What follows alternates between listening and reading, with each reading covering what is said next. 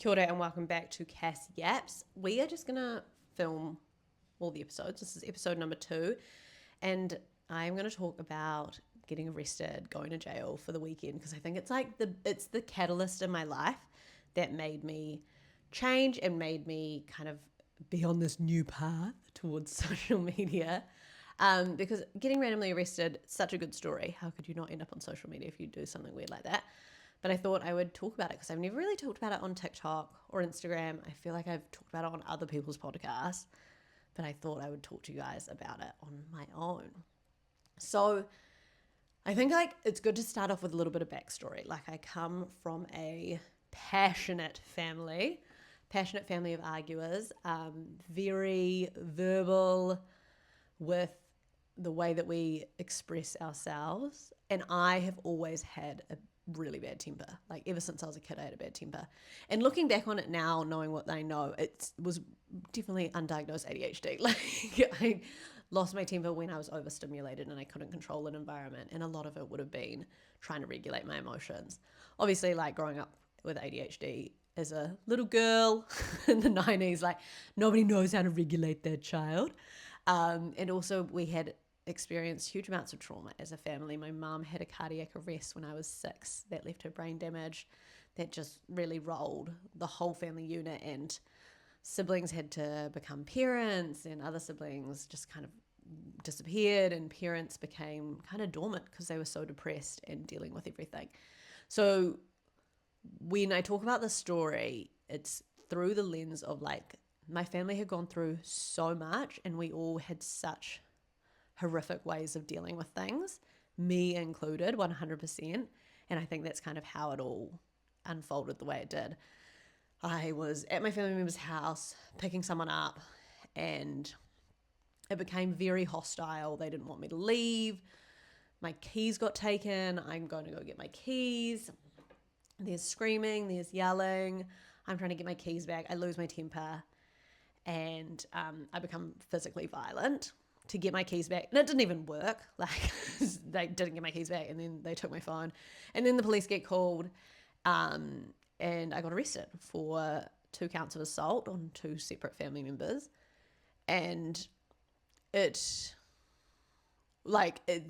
so usually the reason I went to jail is because it was assault on a family member. If it had been assault on a random person, I wouldn't have gone to jail. But assault on a family member, they take you to jail because obviously usually that's domestic violence cases and they were trying to keep the victims safe, which I totally understand that being a policy. But it was just unfortunate because it was a weekend.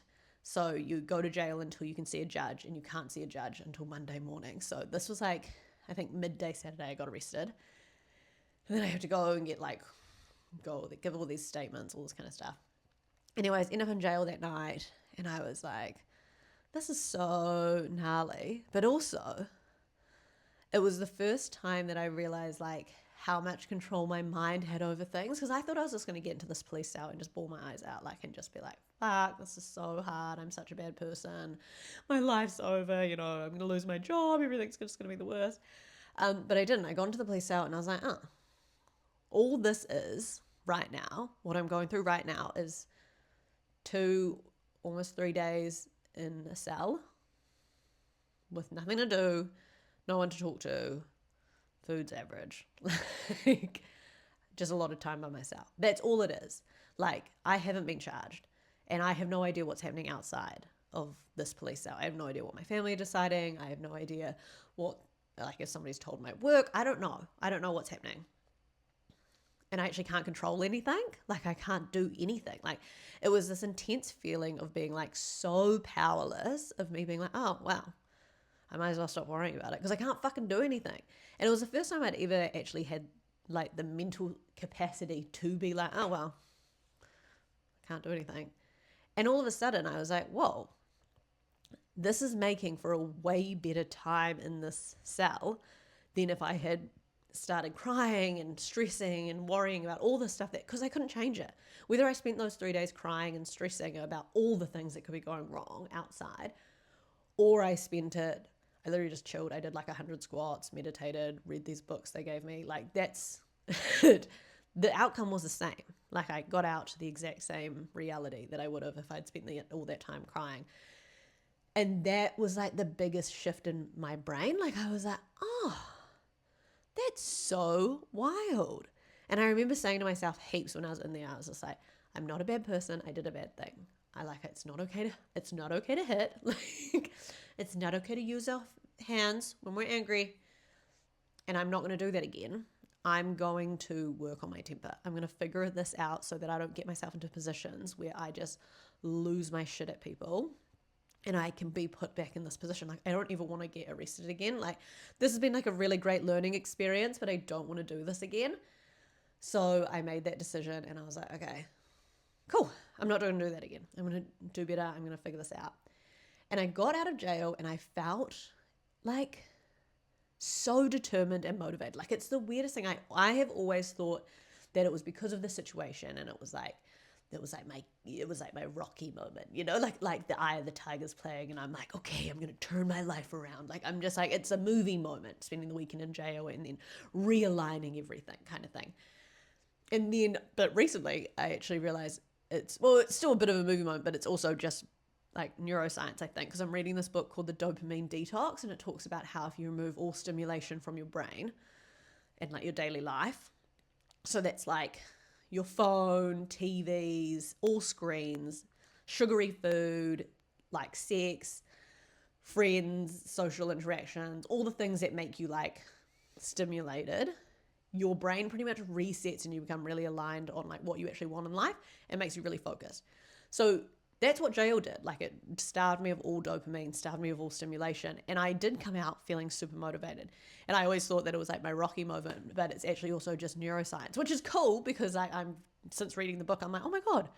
So the jail thing was, I'm not that special. This was a neuroscience thing, but I am special. But I'm going to do it again. I'm going to do a little dopamine detox in the end of December with Nick and see if we can kind of orchestrate the same kind of motivation. Because when I tell you, I got out of jail and I was just a whole new bitch. Like I just did not give a fuck what anybody else thought. I was doing what I wanted to do. I backed myself 100%. I became so focused on like showing up for myself, looking after myself, eating good, like walking, meditating, journaling, yoga, like everything. I was just like, no, I'm done being this bitch that loses her temper and gets arrested. Like this is not all good and I don't want to be her and I don't want to be this kind of mum when I get to have babies. Like, no, I'm done. And I got out to an absolute fucking shit show. Like my workplace had been told about everything and the family member who told them had like tried to get me to lose my job, but my workplace wanted to hear my side of the story. When I told them, she was like, it's all good, I got you back. I was like, thank you. I got kicked out of, or I got asked to kind of leave my uni degree. I was studying counselling, but family member had gone to the university and got me removed from that. And then all this legal stuff with my family blew up. And it was just wild. And it was just like thing after thing after thing. We had to leave my flat because Romeo straight didn't like one of the flatmates that we just moved into. So I ended up like 2 weeks after I got arrested, I ended up in lockdown. It's like, yeah, so this was like 2021, end of 2021, when that giant lockdown happened in Auckland. I'm in lockdown by myself. I just broken up with my boyfriend because I was like, look, I'm sorry, mate, we're recasting here. So I'm just going to really clear the room on this one. And I think actually looking back on it, I do my best work alone. Like I need, everybody's so different, but when I'm going through something, I actually just need to be alone and to like go inwards. And that relationship had just naturally run its course. Like we were beautiful for each other in the chapter that we had, but it was time to call it. So I was alone in lockdown and I was fucking depressed, like so wildly depressed. I remember I thought I was going to end it. Like I was like, no, I can't do this anymore. This is so fucking hard. This was after I got kicked out of my uni degree and I was just like feeling like, well, what is it? Like my entire life I'd wanted to be a counsellor. Like I've always wanted to work in mental health and I wanted to be a counsellor and I was going to have like an in-home counsellor studio when I became a mom, and it was like, you know, it's everything I wanted. And so when I found out that my family member had gone to the university and got me removed, or, you know, or told on me, snitched on me, stitched on me for family dramas, all good.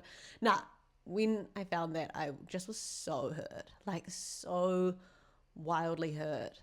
And I was like, what the fuck? Like, how could you take that away from me? You know that I've wanted this my whole life. Like, you know that I waited so long to study, like, because I studied quite late. I think I was like 24. And I'd done it because I wanted, like, you want to be quite mature when you study counseling. Like, if you're going to be helping people through their divorces, you hardly want to be like 21, fresh out of uni, and be like, let me tell you about that. Like, you don't know anything. So I'd waited and I, got all my money right. Like, I was in the best financial position that I'd ever been in. Like, I had money in the bank, I had no debt. Like, I was just feeling so onto it. And then this happened. So I was fucking wildly upset. My family hated me. They were like, you are the worst person. And I was like, and fair enough. Like, I don't think anybody was wrong. Like, everybody just saw the situation so differently, and everybody was fighting so hard for what they thought was right. And it left me alone. And I think that was so triggering, because that had been a really common theme from my childhood, was a lot of like Cass being alone, because so my family, like, my siblings are way older than me. So they're like 10 and 7 years older than me. And then there's 10 years and then another sibling.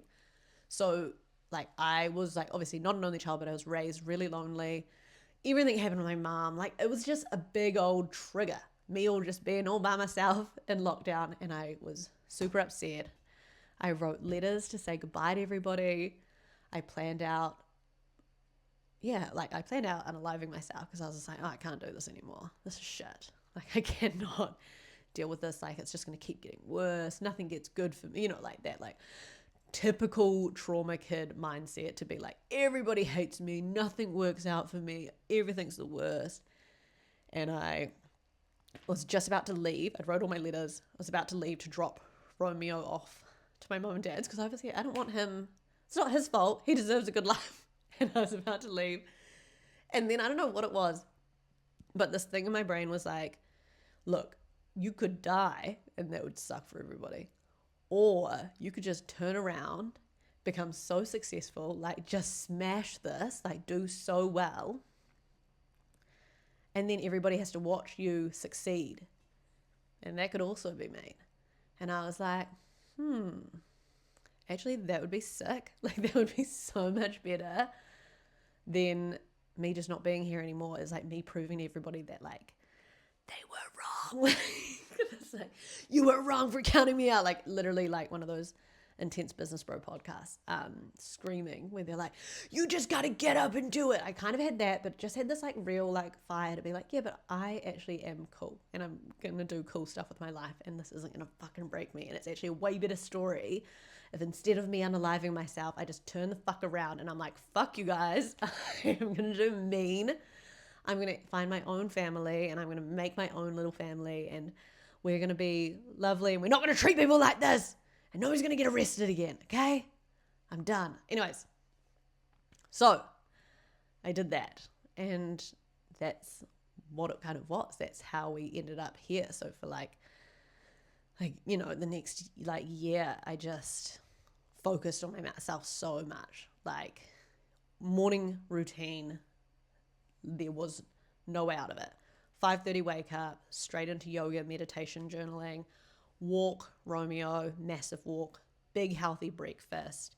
And then I would either go to work, or I'd have the morning off where I'd go to the beach and read my book, go for a swim, lots of cold water therapy. I was swimming like into June, just because I was just like, oh, a little bit sad, need to go for a swim, a little bit this, need to go for a swim. And it was the hardest year of my life. Like, it's when you make that decision to change, and you make that decision to look after your mental health, it's not easy. Like, I think, and that was something that was real weird for me, is I thought if I started looking after myself, everything was going to be easy. That if I ticked off this list of like yoga, meditation, journal, reading my book, I was going to spend the rest of the day like floating around with butterflies.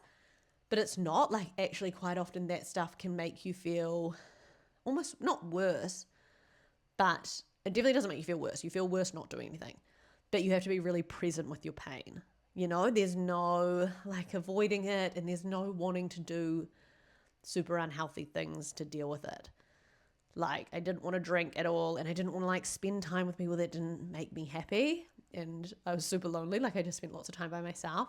But I think it was just, that was how I needed to do it. Like, I just needed to be alone with my thoughts for a bit.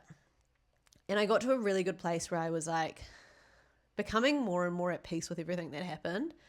And I think I had still a lot of anger towards my family, but also so much understanding that it just was what it was. Like, we all became who we were because of what we went through when we were kids. It's actually like, and I had done a paper on human development earlier that year, and it really teaches you that like we all just like monkey see the environment and then we just develop all these behaviors from it. So it makes so much sense that everybody behaved the way that they did, and I lost my temper and they wanted to get me kicked out of a uni degree and all that kind of stuff. That's exactly what you do. Like, families that go through adversity continue to create adversity because everybody becomes highly addicted to their cortisol levels, which is like something that I found really interesting. Is like, if you go through excessive amounts of childhood trauma, your brain goes through excessive amounts of cortisol, it's your stress hormone, and then for the rest of your life you keep creating that. You keep trying to find situations and relationships and jobs and all those things that give you more cortisol because your body can't handle it. So that whole year of me looking after myself was also my year of detoxing my body from cortisol.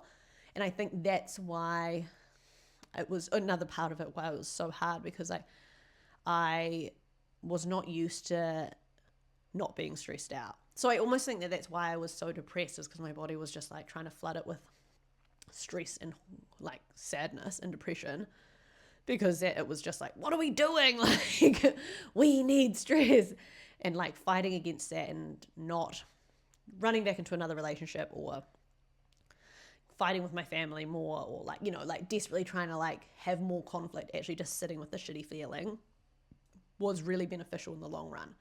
Because obviously after that, so that year happened, and then it came to the summer of 2022 after an entire year of being alone and doing all this healing work. I hate to say that stuff, but that's what it was, like a big year of healing, big year of detoxing from my cortisol. And it came to that summer and I was, you know, feeling so much better, feeling so much more on top of things. I had like offered a full-time job at a marketing agency I was really passionate about. I was really excited to focus on my online brand and stuff. And I was like, okay, cool. Like, here we go, new year, I'm going to smash this. Like, I'm really like closing the chapter on like being this super sad girl. Like, sad girl's done, you know, I'm breaking up with her. She's had her year and we're done now.